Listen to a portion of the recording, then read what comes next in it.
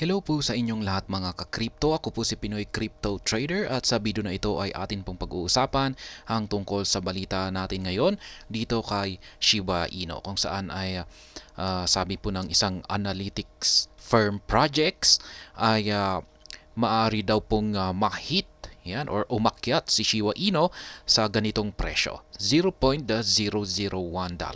Yan, 0, tatlong 3 digits. Ayan, sasabi nating mataas na rin yan. Yan, ating aalamin yung kanilang paliwanag. Yan, kung paano nga ba aakyatin ni Shiba Inu ang ganitong presyo. Pero bago po tayo magpatuloy, ay nais ko po munang bigyang linaw ang aking disclaimer kung saan ang nilalaman po ng video na ito ay hindi po ito isang financial advice. For education and information purposes lamang po ang layunin nito. Maliban po dito ay nais ko na rin pong magbigay babala na wala pong kahit anumang group chat ang Pinoy Crypto Trader. Ayan, 0.001. Ayan, $0.001. Ayan, mataas na rin yan. Malaki na rin. Kung nagko-hold po tayo ngayon at umakyat po ito sa ganitong presyo, ay medyo masasabi kong malaki-laki na rin ang pwede nating kitain dyan.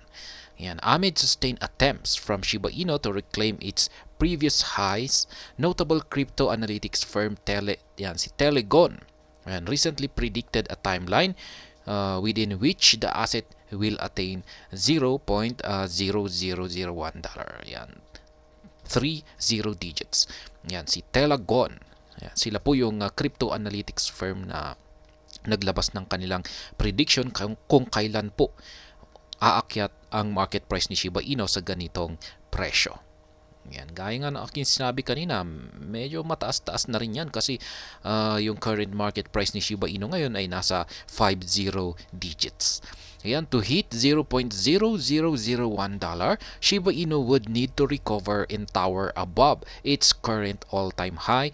At yan, ito po yung current na all-time high ni Shiba Inu. Yan, 4 na zeros, tapos 8845. Ayan, mas mababa pa yung all-time high ni Shiba Inu kumpara dito sa target, yan, sa projection ni Telegon. Yan, magbabawas po siya yan ng isang zero. Shiba Inu hit this ATH or all-time high value in 2021 but has failed to reclaim it since dropping below the price in an elaborate multi-year correction. Ayan, nakyat po ito ni Shiba Inu yung kanyang all-time high price na ito or pinakamataas na presyo noong October 2021. Pero mula noon ay hindi na siya nakabalik dito. Yan, sa mataas na presyong ito. Yan, Shiba Inu is 91.5% down. Ayan, bagsak po siya ng 91.5% from the all-time high, having retraced nearly all the gains of 2021. However, market participants hope for a recovery, and albeit certain of the time required. Amid the sustained confidence, Telegon made several projections. Ayan, marami pong mga market participants. Ayan, tayo po yan na mga investors ang umaasa na balang araw ay makaka-recover si Shiba Inu. At ayan, naglabas po ng projection si Telegon. Ayan, Telegon. At yan, Shiba Inu price projections.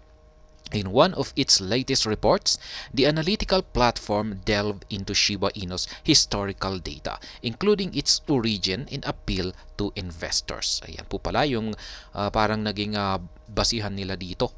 Ayan, kanila pong nagkandak po sila ng research at pinag-aralan nila yung historical data.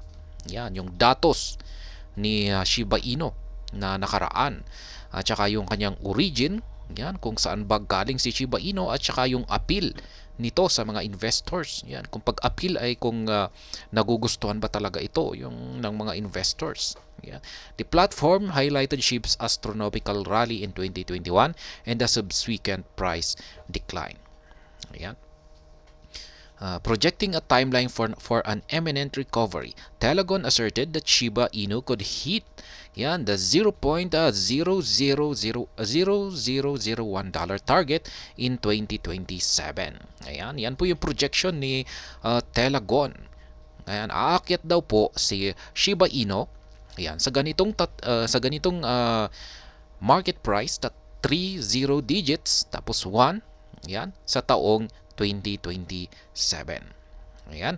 This would translate to a 1,231% increase in Shiba Inu's value within 4 years. While this seems ambitious, Telegon's projections are loftier. Ayan.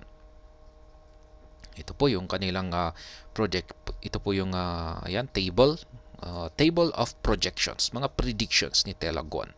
Yan, 2023. Yan, makikita naman po natin dito. At yan, makikita natin dito sa 2007. Yan, yung kanyang average price ay ayan nga. Aakyat daw siya sa 30 digits. Ayan. Sa 2027. Tapos sa 2040 ay magiging isang single 0 digits na lang ang matitira. Tapos, ayan, sa 2050, ayan, posible pong mag $1. Ayan, yung $1, yung kanyang maximum price. Ayan, sa 2050. The platform doesn't just predict that SHIB will reclaim $0.0001 in 2027. It forecasts that the asset would trade at an average price of, ayan, $0.000153 that year. According to Telegon, Shiba Inu's minimum price for 2027 would stand at, yan, ito po yung kanyang magiging minimum price for 0 digits, tapos 945 with a maximum price of, yan, 30 digits, tapos 198.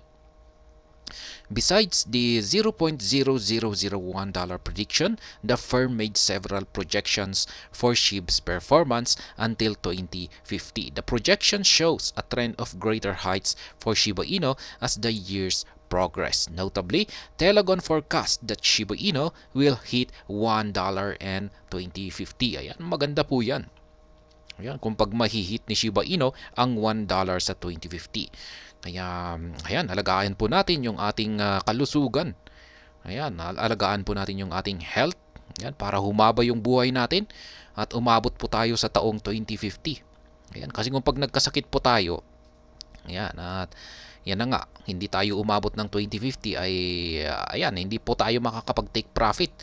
Yan, dito sa $1 na market price ni Shiba Inu kung sakaling nagkatotoo nga yung forecast dito ni Telegon. Kaya, ayan, alagaan po natin ang ating kalusugan dahil ang kalusugan ay ito po ang siyang, kung maganda po yung kalusugan natin ay syempre hahaba po yung ating buhay. Ayan. Despite its prominence, Telegon's projections should not represent investment advice to market participants. This is because while it is possible, it is improbable for Shiba Inu to capture these price targets at the predicted time frames. Yan. Lininaw po ni Telegon dito na yung kanyang price projections dito ay hindi raw po ito isang investment advice. Yan, kasi mahirap po talagang i-predict ang galaw ng market, mga digital, lalong-lalo na ang mga crypto currency, kasi marami po talagang mga factors ang pwedeng maka-influence yan sa galaw nito. However, it remains to be seen how well the asset will fare as the years progress. The community has welcomed projects like Shibarium to help transform the ecosystem. Nonetheless, these projects do not represent price-pumping initiatives but avenues to bolster demand and utilities. Ayan, yan po talaga ang purpose ni Shibarium. Yan, hindi po talaga siya ginawa para i-pump ang market price ni Shiba Inu, kundi siya ay ginawa para i-bolster or i-boost yan yung or palakasin yung demand at saka utility ng Shiba Inu. Yan, Shiba Inu is trading for, ayan, ito po yung kanyang current market price na nanatiling nasa 50 digits tapos 751. Hindi po siya gaanong nagbabago. Yan, up by 3.16% over the past 24 hours. The asset struggled to retain its position above, ayan, nahirapan daw po siyang manatili sa ibabaw ng ganitong presyo. 50 digits tapos 8. Ayan, with constant displacements from the bears. SHIB is down 7% this year. Ayan. Ang masasabi ko naman po dito ay may posibilidad na yung mga predictions dito ni Telegon ay magkatotoo. Ayan. Pwedeng magkatotoo at maaring higit pa sa mga predictions niya dito na mga kanyang mga binigay dito. Ayan.